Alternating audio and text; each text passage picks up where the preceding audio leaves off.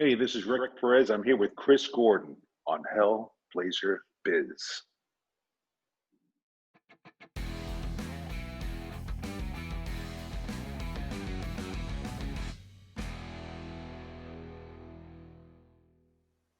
Everyone, I have the honor and the pleasure of the company of Rick Perez today. Joining me for his sneaky appearance, which he was going to be on. He will be on season 3 of Cobra Kai, which obviously is still to air. We'll have maybe one or two little words about that later on, but nothing. I don't want to be getting Rick into trouble with anybody, so we will. Okay, We'll see where that's all right. we can go with that one. But obviously, Rick, Sure. he's an experienced actor from Brooklyn, and yeah, we'll just like to find out some more about you, so that when you do come on to Cobra Kai, we all know who Rick is. A little bit about the background, but I'm a, Oh I'm a yeah. pussycat. Pussycat. But does, yeah, does, so I'm does that happy to be infer here. that you're Thank you rolling? so Oh much. no, sorry, I just cut right across you. Then Rick, carry on. No, no, go ahead. I was going to say, when you say you're a pussycat, really, does that infer that your character isn't? I'm going to cut this bit out. Uh, li- well, I can honestly say, I'm grateful to be in the business, especially later on in my life here, kind of getting it a little later on, at a mature age, if you Hmm. will. But I guess it's your look. I have a buddy G Rod that I'm sure you know. Oh, I know You did a couple G-Rod, interviews yeah. with him, and again, we get people say typecasted, but again, in this business, we're blessed to be in the business, and Hmm. to be cast at all is a blessing. But sometimes you get a look, a face that casting directors kind of go towards. But I get all these bad guy roles and not too many good guy roles, but always an angry role. I guess it was my Yeah, upbringing in Brooklyn, New York. You're with so many people, you get a little aggressive growing up. There's not a lot of space to move around and what have you. But we get these roles, and we kind of find ourselves circling the same roles. But we're just again blessed to be working actors, and having fun and entertaining the audience. Because we were audience ourselves at one time. That's what got us in here. You know, yeah, excellent. I mean, so and those roles sure, are sometimes the better roles, aren't they? The ones where you're playing the villains and. indeed.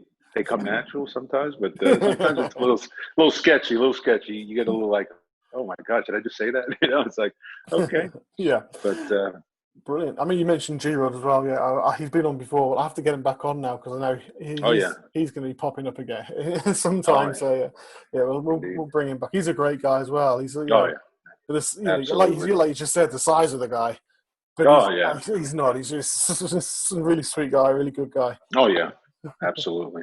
Definitely But cool. So I mean, you're originally from Brooklyn in New York, also New York. mhm. That's my bad. New York, That's my really bad. that's all right. You did fine. You did fine, mate. It's coffee as well, isn't it? Coffee. Coffee.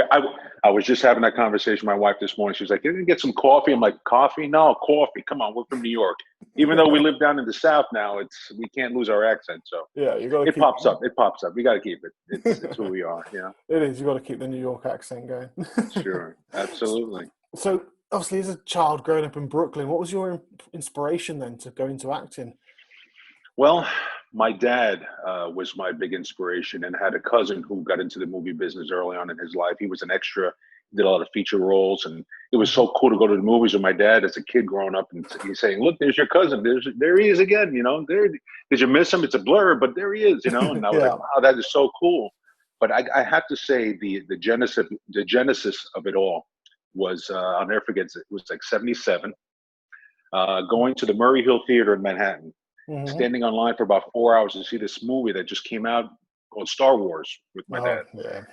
And that was an amazing experience just to see on they had it like in a panoramic, like they had like three screens at the time that kind of showed the entire movie that way. And I was Hmm. a little kid, 5 years old, looking around going, wow, this is awesome.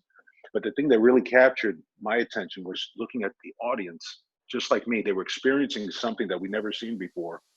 And we were part of movie history, but just looking around and watching their emotions come out. And I said, I would love to get an opportunity to do that, to bring that emotion out on a viewer, just like the experience I had for myself. It was almost like a ride, if you will, a roller coaster ride.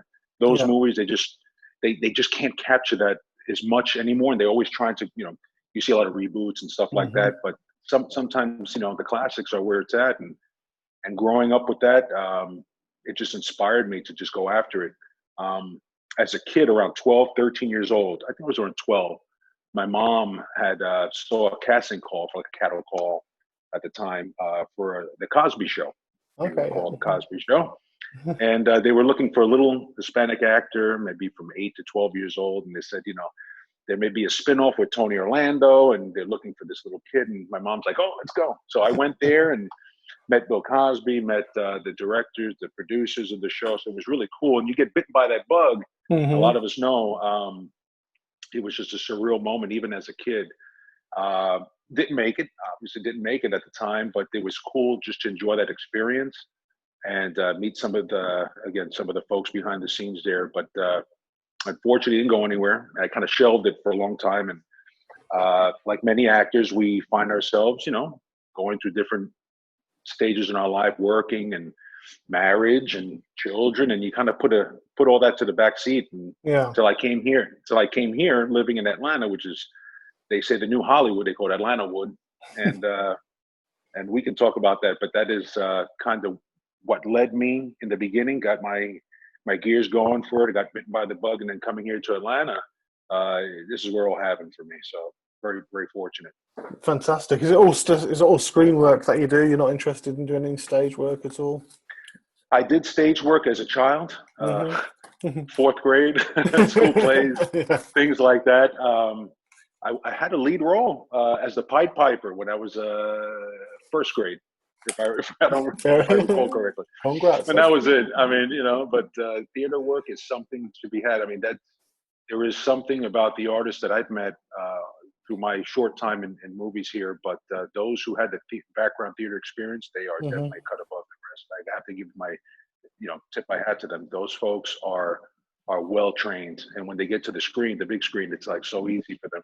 Yeah. But then there's a difference. I heard on some of your other podcasts, those who work in theater, it's obviously different. You're projecting to the audience. It's different when you're on screen on a movie set. It's just a few there. You don't have that pressure as much to try to reach a vast audience. Yeah. But you're doing it obviously from a distance perspective, because once it's aired, you're reaching potentially millions. Oh yeah, exactly.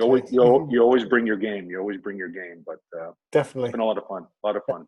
Brilliant. I mean, I used to do stage. You might have heard of guys did stage acting when I was in school. I did a qualifications in it back in school, right through to when I was 18. A levels we call them when you're 18, just before you go to university and stuff. So I did it up to then.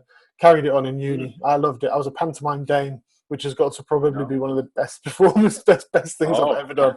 It was back in it would have been about 1995.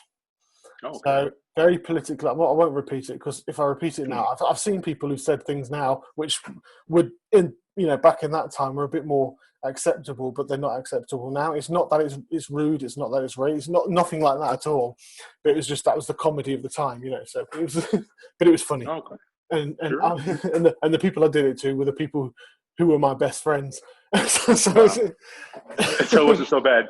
You didn't offend them. No, it was no one was offended. They're all university students, and it involved obviously sitting on one person's lap and things like that. And it was right in the middle. And you're still friends with them. You're still friends with them today, right? Yeah, there you go. Exactly. So it went well. It went well. But yeah, I've seen what's happened to other people who've said things in the past in jokes and stuff. But mind you, to be fair, those jokes are quite bad even then. I think on a lot of those cases, they were a bit risky back then too. Indeed, a lot has changed. A lot has changed for the better as well. So, yes, indeed. Did you find it hard then moving from from New York to Atlanta? Because New York, obviously, the city that never sleeps, a big city. I mean, that's obviously big, huge. It's funny. I'll go back to I'll use a great example. My cousin Vinny, if you've seen that movie, it was hard to go to sleep the first week or so because I didn't have an elevated train down the block from my home, or because we lived near the airport, so you always heard noises. You always heard trains going by, sirens from fire trucks or police cars, and hustle and bustle of New York. Coming here was definitely a big difference. It's very quiet. Folks are a lot more patient here. Totally different night and day. But as far as that, cutting my teeth in New York, I think gave me an advantage in a way. Mm-hmm. So coming down here, we're used to hitting the ground running. And again, starting the acting business later on in life, Yeah. it wasn't a huge jump for me because I had done a lot of sales, and that I learned a lot about people interacting with others, and Mm-hmm. sometimes the world's your stage as a businessman, and Yep. it was an easy transition for me. Let's put it that Okay. way. Mm-hmm. Pretty easy. Cool, fair enough. So, obviously, yeah, you're right. Because sales, you've got to really know people inside and out, and know how Indeed. to work them. Well, work them in an ethical way, but Yes, yeah. again, in this business is a business in itself, obviously, and it's about networking and just getting to work with people and them liking you and trusting you, and vice versa. So it is a business. So Oh, yeah, it's definitely, easily definitely. translatable. Sure. Yeah, and the networking. I mean, that's something I found from throughout everyone I've spoken to, and also with myself, is the networking side of things is extremely important. And I missed that because I 2 years ago I was working in London, and I could Mm. I didn't like work. It was working away from home, so it was a bit difficult because obviously my family were up in Wales, which was 5-hour drive away, so I could only Oh see them wow. at weekends. However, the networking side, when I was in London, I was hosting premieres for people, hosting the Q&As and networking amongst, and it was amazing. The buzz of meeting people in the same industry, Wow. because it's something, it's. I think there's a passion in all of us, like yourself. It's, you've gone through, um, that once you've had a taste of this industry of acting or doing whatever, that it never leaves you. If you've got, it's Indeed. art. The art of acting. It just stays with you forever. And I think that was just to be amongst those people was just such a fantastic thing, and it did get me places because all of a sudden I think I went to one premiere once and I had about 300 Facebook invitations in the following week from the people I met. They were all like, oh, sending invitations. Like, well, Sure. I couldn't keep up with it, but that's exactly what you need. And like you, Mm. especially in Atlanta, if you're moving from New York to Atlanta, and Atlanta, like you say, has become Atlanta Wood. Or in that respect, it's Indeed. huge, and everyone seems to be based there now. So Yeah. you've got a really good circle of people, I think, in Atlanta. Oh yeah, absolutely. We've met a lot of people over the past few years and networking with folks in production, behind the scenes, and again, just the journey itself, meeting fellow artists that are just aspiring to inspire like-minded people. It's just been Hmm. really a lot of fun, and that's the big joy of it. Making friends along the way. I've met some great friends, and again, we're all in this business to just really go out there and make great art, Hmm. um, and just having fun. That's what it's all about. If you're not having fun doing it, I mean, why do it, right? Exactly. That's what you got to. That's what you got to do. Uh, Makes me wonder why I've been doing IT for 20 years. Mm. It's Wow, you must really love it. Keeps the lights on. Keeps the It lights keeps on. the lights on. Yeah, this is the bit that I enjoy doing, but it Yeah. doesn't bring Well, any money.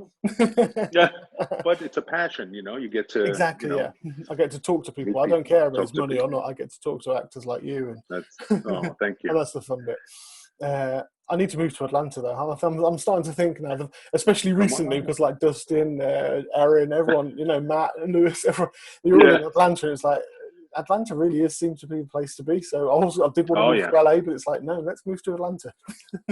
Exactly. This is where it's at now, and just from the housing perspective, from New York. I mean, New York is very costly, like a lot of the big cities, but Mm, Atlanta's starting to creep up. It's starting to creep up there.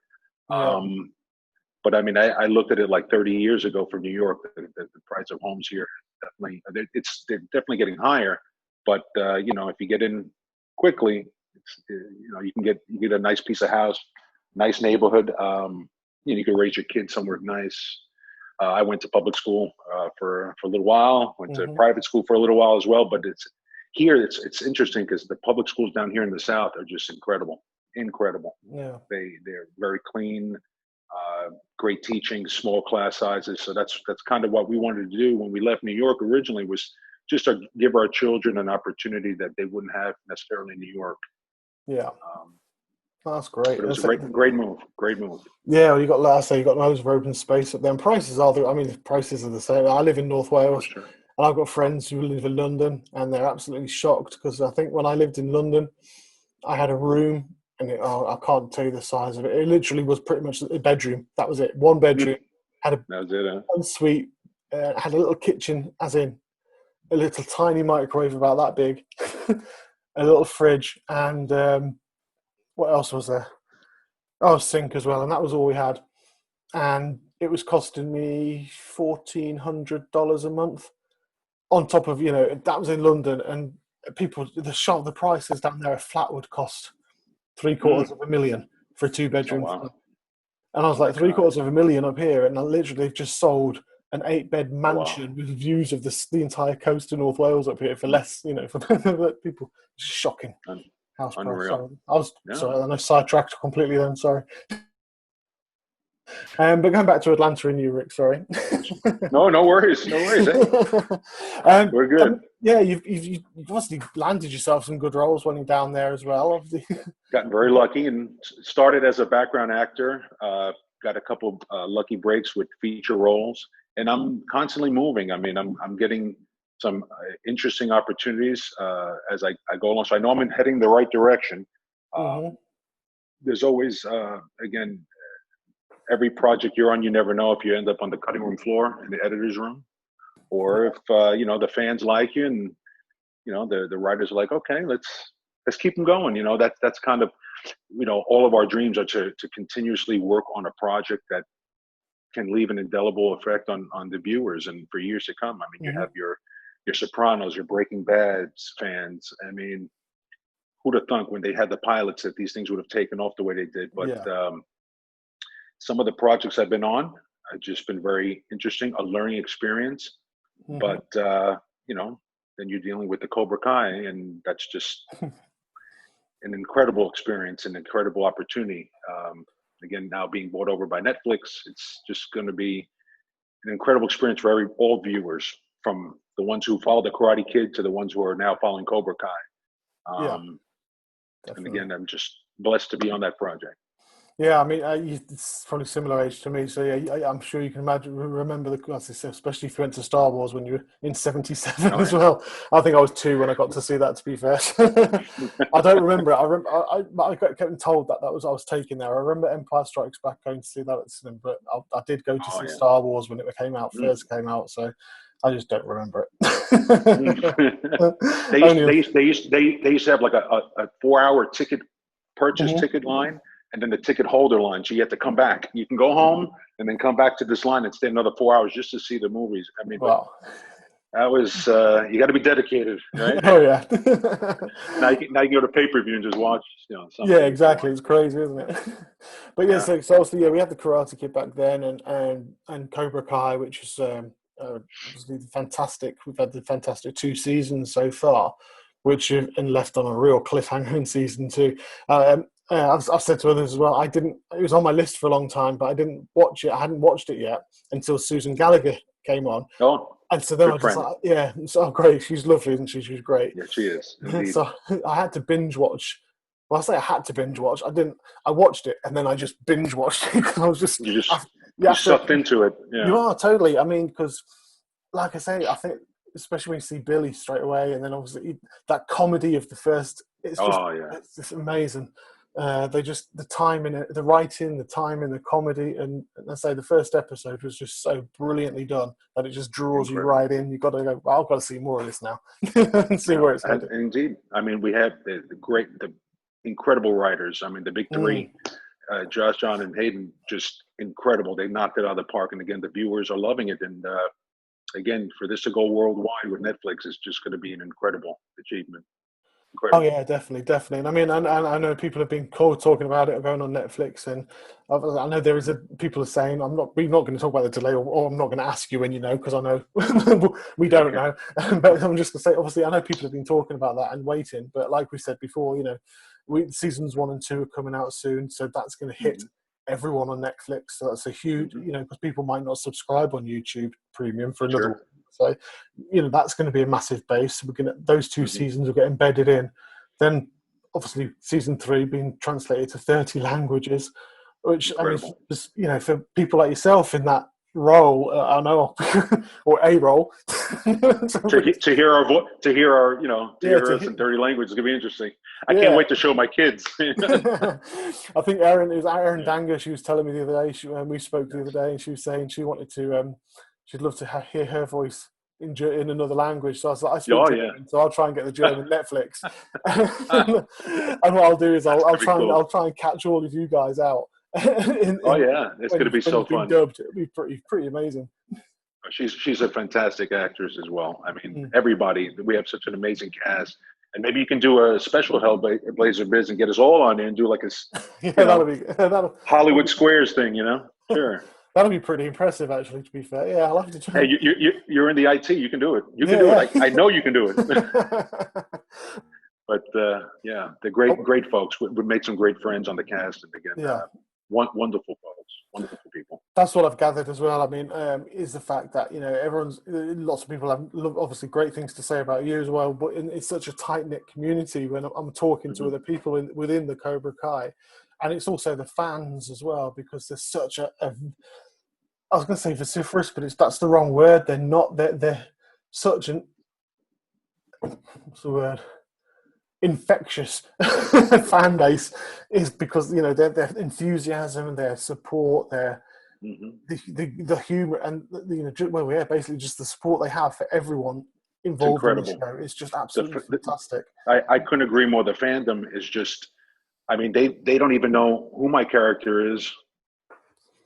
They haven't never seen this, and yet Yeah. they've taken me in such an incredible way. I'm just humbled by it, and really blessed, and I thank them all. I mean, I can't wait to see them at future Comic Cons when we do have those.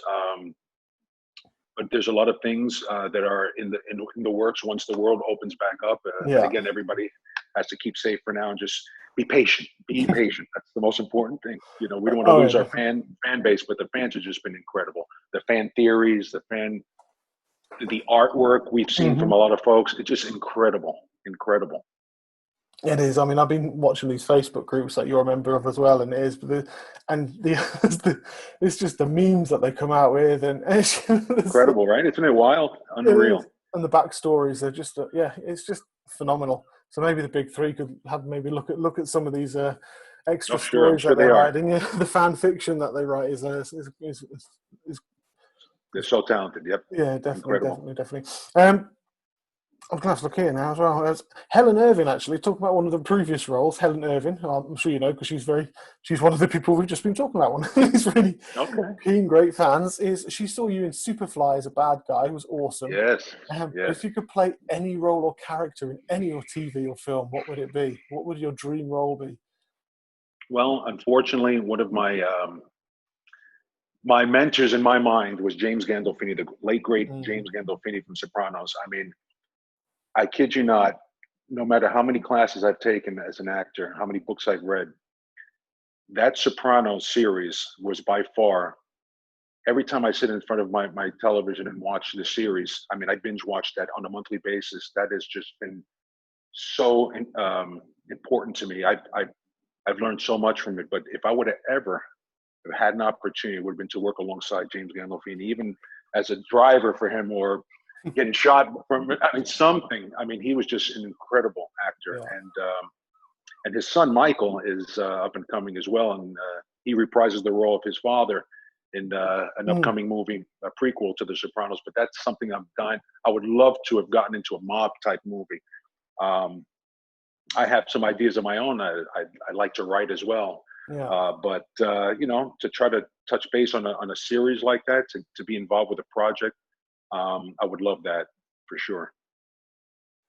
Fantastic. Yeah, I mean, yeah, I'm not going to knock you on The Sopranos either. Oh man, yeah, such a great show. And you're right, James Gandolfini. He was absolutely sublime actor, really, really brilliant actor as well. Loved him. I never knew him personally, but from seeing him on screen, it was just absolutely, it just blew you away every time. It really, really was. Every time, still does. I mean, every time you just pick out little as an actor, you look at all these, you grab pieces of like little knowledge nuggets from watching, and you always Yeah. get away, you take away something different every time you watch that show. Just incredible writing by David Chase. Oh yeah, definitely. What's the most exciting thing I'll say most exciting. It's a really wrong question to ask. Is when you're acting, because one thing I've learned is like every role you do at the time is the most important, fun thing. So what's the how shall I word this? What's the most interesting or hardest role that you've had to play so far? Okay, well, my last one was kind of interesting, but I can't talk about that one. But let's look at that. Let's go back to Superfly. That's a great example. Okay. So Superfly, got to work with an incredible actor, Issei Morales. I don't know if you know Issei Morales. He played in La Bamba. He played in, Oh yeah. hundreds of movies. He played in with Sean Penn. Mm-hmm. He's done so many, and to work alongside this gentleman, was a blessing in itself. It was interesting because he, as an actor, it's interesting. You use like different techniques, and he used like a Meisner type technique in our scene when I get to kill him, and he brought real true artists like him and others. They really know how to bring that out of the other actors in the scene. Mm-hmm. And when you're creating those emotions, those raw emotions, the script and everything else means nothing. It's you're living right there in the moment. You are that character.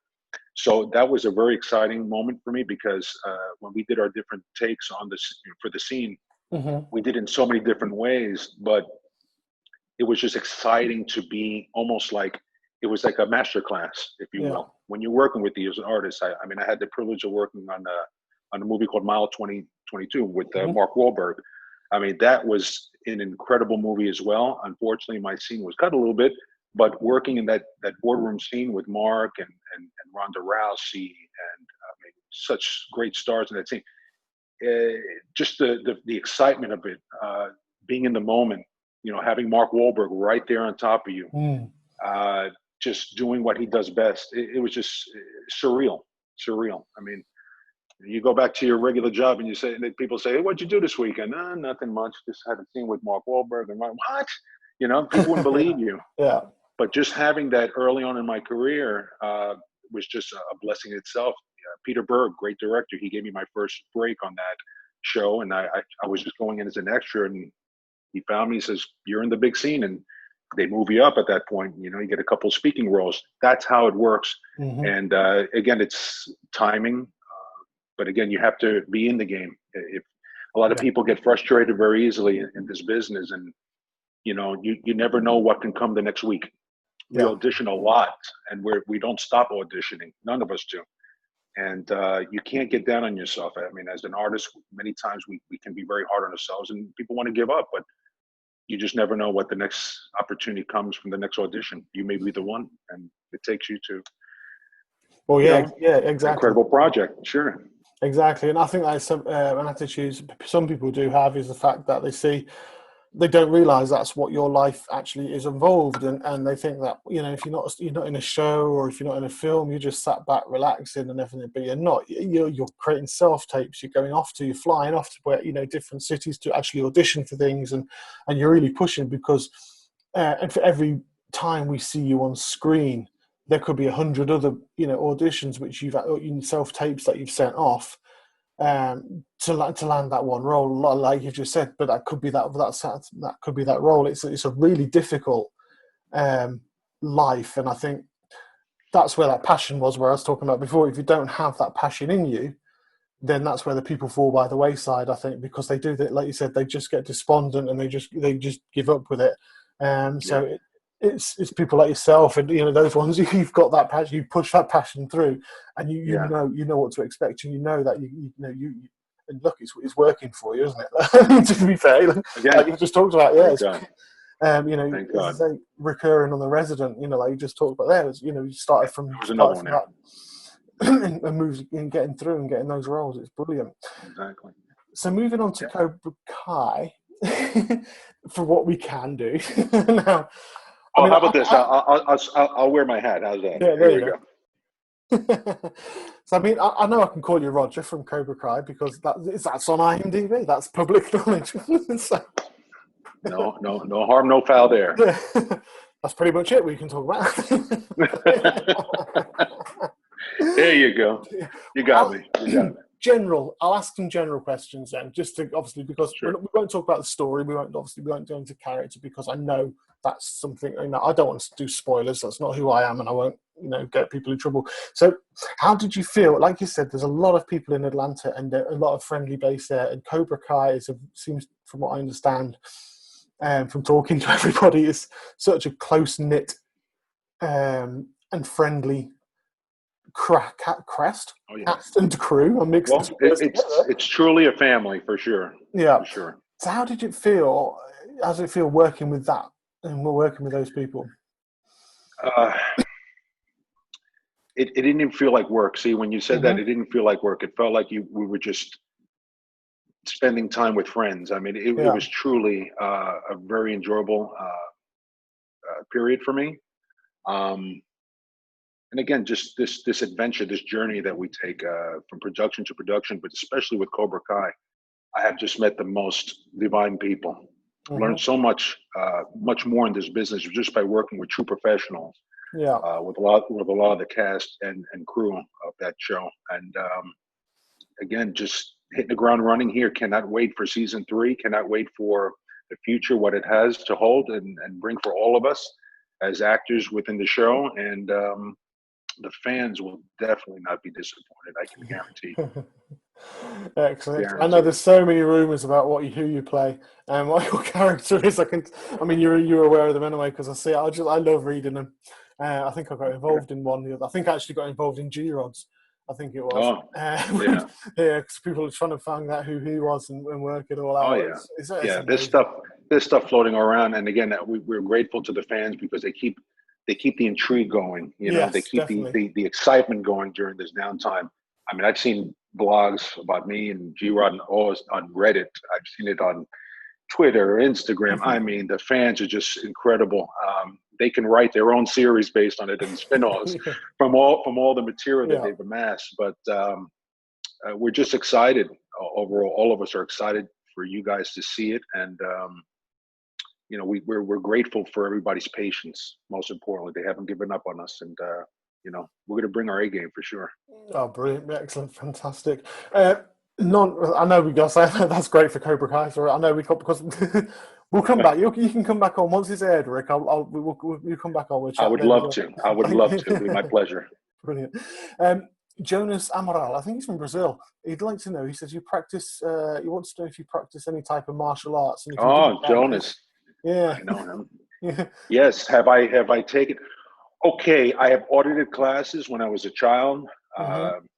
Karate classes, but I did not get really into it. I was more of a street fighter because I grew up in New York. So you're pretty much working with this and working with this at the same time, just to try to get by in some cases. I mean, the 70s and 80s were pretty tough in New York, and I was going to say, growing up in Brooklyn in the 70s and 80s, it was pretty tough, and you had to be smarter. You had to be smarter to try to get around certain issues, not to get hurt or this and that. But again, just no formal training, just basic street fighter. That answers his question. And by the way, he is an incredible martial artist. So you should check him out. Have you seen? I think I've seen his page. Yeah, I've seen some of his stuff on his page. He is. I've seen it. He is missing a leg, and he has overcome tremendous adversity, and he is a master black belt. Yeah, incredible martial artist. I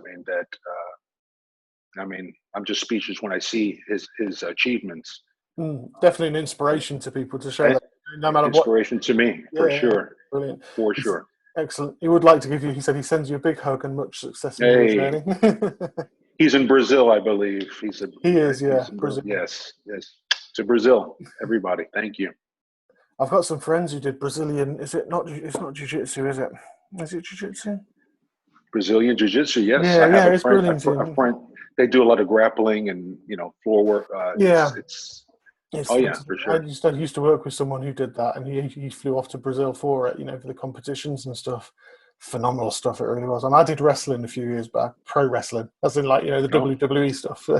really? No Yeah, kidding. no, I did that for so the Fabulous Flash was my was my pseudonym. Really? Yeah. No way. I was only Wow. trainee. I did I did it for about I did it for about 2 years, 2.5 years. I No was just kidding. like a rookie. I wasn't anything more than that. So I did a couple Hmm. of tag teams, a couple of singles, rumbles, ring announcing, Wow. and it was good fun. But So how many broken bones? Any? I did. I first time a couple of weeks into it, someone did a German suplex on me, and I didn't know. I didn't. I've never taken it before, so I didn't know how to No way. land. And I nearly got sacked from my job because I ended up with a golf ball size. The V muscle in your neck. Sure. Apparently, I not tore it. It sort of, it's sort of like a little tiny little tear, but the blood went through, and I ended up with a massive Ooh. like golf ball, like goiter thing on my neck. No way. Oh my God. And I couldn't move my head, so I had to drive an hour and a half to work, and I couldn't drive to work, and they nearly sacked me for it because Oh my gosh. for my sports injury. So that was, and then the reason I quit was because I fell. When they do the up and over, you Hmm. run, someone ducks, the other one jumps over. Right. Right. I was doing the ducking, but as I stood up, I stumbled and fell, and the ropes were a little bit loose, and I just didn't land right. I just fell straight through the ropes, head first to the floor. I managed to save my head, but my leg went down and I busted my quad muscle open. Oh my God. As I How was old were out you of when that happened? 38, 39. We don't heal well at 38. I No. know. Trust me. It took 12 months. I mean, I didn't start wrestling until I was 37 years old. So Wow. Wow. Wow. I Wow. did it to lose Incredible. weight, and I did lose weight, a lot of weight. And it's great. Yeah. It's all gone back on now because I couldn't do anything for a year. My gosh. Wow, man. It's fun. That's well, you had fun doing it. I mean, the injuries, we don't recuperate like we used to when we were No. kids, but man, dude, could have been a lot worse too. Oh, yeah, Maybe it the could have neck. been, yeah. Oh, yeah, it could have been my neck. Yeah, yeah. I say, my other half Hmm. was sat watching, laughing her head off. They were just like, Oh oh, man. look at him go. I was like, crash into the floor. But yeah, it was good fun. But it's great. I love that kind of thing. And I say I'd love to get back into martial arts. Sure. I did that a long time. And again, here's my name drop. Spencer Wilding. I don't know if you heard. Spencer Wilding played Darth Vader in Rogue One. Okay. He Okay. was Darth Vader. He's also been in Harry Potter's. He's been in Doctor Who. He was the werewolf in Harry Potter. In the Yes. remember he turns into the werewolf, the teacher. Yes. The werewolf is Oh, okay. Spencer. He does lots of Yeah. things Yeah. like that. Really good stuntman. He lives down the road from Wow. me. No kidding. And he teaches Wow. kickboxing next door. Where I did wrestling, he teaches kickboxing. So Oh, wow. So you could pick it right up from your neighbor right there. That's not a problem. I know they get taught by Darth Vader. That's right. Exactly. Dark side. Hey. Oh yeah, That's but I right. remember him 30 years ago when he was a doorman. So the clubs kicking me out of Oh, the clubs when we were going in getting drunk. So oh man. So he's the real McCoy. yeah, oh, yeah, he's done really well for himself. World Wow. champion. Yeah. He was world champion kickboxer at one point as well. So Man, oh man. He's tall. He's got the yeah, leg. he is. He's 6'5", 6'6". I think he is. He's a Yeah. It's a big towering boy. guy. I'll have to send a picture. I've got Mm. a picture of him, my son, and me, and it's just like he's It's like, stand at one hey, end. Funny, wow, but that's cool. brilliant. So it's obviously with everything we fantastic chat. I'm going to wrap it up just to see what the time is, and I've kept you talking so No long. worries. I'm going to bring my final question. Is if you know this, if you've seen it, is this the off the wall? It's a personality question. So if you could have a Muppet created, or if there is a Muppet already out there that is based on your own personality, what would it be? Interesting. If I had him, I'd put my personality. If they had him up at, I don't know, maybe like an Italian mobster puppet, something like in between, like a Tony Soprano character and I don't know, somebody from, oh gosh, maybe a mobster puppet if there was one, Gangster puppet, fair enough. a gangster puppet. There you go. Little That wouldn't pinstripe be so. suit. That's Shelby. right. That's right. Something Godfather. Love the Godfather Oh too, yeah. man. Something Godfather inspired. Pinstripe suit, 1940s. Oh yeah, that'd be a cool Muppet. Yeah, excellent. Get But that clean. no guns, no guns, no No. guns. You can have a violin case with bananas or something in it, right? Exactly. Something fun. It's got to Something be, you funny, know, yeah, fun for the kids. That's right. yeah, yeah. Excellent. But And I think, yeah, like, you can imagine that you get the puppet with the nice little the beard and the moustache going there. the mustache, That's dark really tidy. It's glasses, a very fedora. Yep, it'll look pretty good There you actually. go. Thank you. There you go. I have to draw one now because who's that artist? We've got an artist on the fan group, so we'll try and Do get you? him. Cool. Yeah, get him to draw you as a Muppet. Let's do it. Let's do it. I'm all in. Excellent. So, Rick, before I stop recording for you now, Rick, is there anything that you would like to say to the people who are watching and listening to the show? Absolutely. Thank you so much, guys, for your support. I am humbled, absolutely humbled and blessed to be able to be supported, even on this project that you guys haven't even seen my character, what it represents. But I promise that we will not disappoint you. And again, thank you for supporting the arts during this COVID. It's been trying on so many people, those who have lost their lives, their families that are touched, but don't lose hope. Find something that you love, hold on to it, and just be happy every day. Find happiness in your lives. It's going to be over, and we're in this together, but it's going to be over, and then we'll look past it, and we'll be stronger when this is over as a world. But love you all. Thank you, everybody worldwide. I get so many emails, so many requests, just people touching base with us, just to see how we're doing on a human level. I mean, that is just, I'm just so taken back by it from a human's perspective, outside of what we do for a living. But thank you all. Love you. Thank you.